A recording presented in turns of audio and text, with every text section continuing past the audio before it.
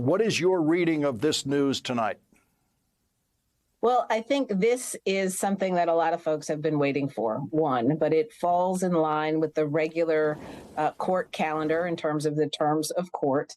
And so we have known for quite some time that DA Willis has had two grand juries operating at the same time, two regular grand juries. And so we'll see which one of these that will be impaneled tomorrow will be hearing evidence as it relates to the information gathered by the special grand jury, which we all know concluded their work last December. And we had a preview into some of the charges and at least the breadth of the investigation from the foreperson of the grand jury earlier this year. So just to clarify this news about two grand juries, does it indicate to you that one of these grand juries will be hearing the possible evidence against Donald Trump, and the other grand jury will just be doing what we would call the regular grand jury business of Fulton County on other issues that come along? I think that's right. And again, based on my recollection, DA Willis asked for two grand juries a little over a year ago, almost a year and a half ago, to help work through some of the backlog of the cases that she inherited. And so the fact that there are two grand juries is not necessarily indicative of anything other than her continuing to work through a backlog.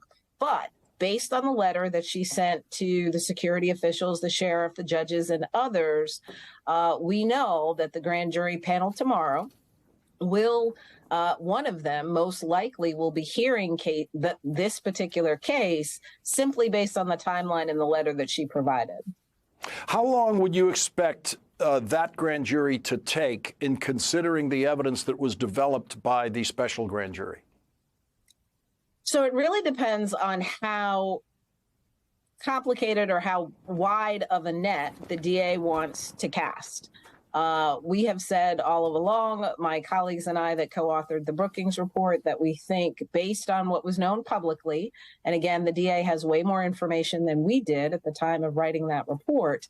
But now based on what she has, we believe that RICO charges, or there's a substantial likelihood that there may be RICO charges against a number of different folks.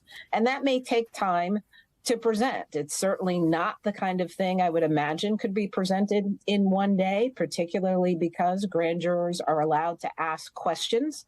I think one of the unknown factors is who the witnesses might be to present the case. Is it going to be one investigator from the DA's office? Is it going to be a series of witnesses? So all of those variables will help dictate how long it will take to present this case.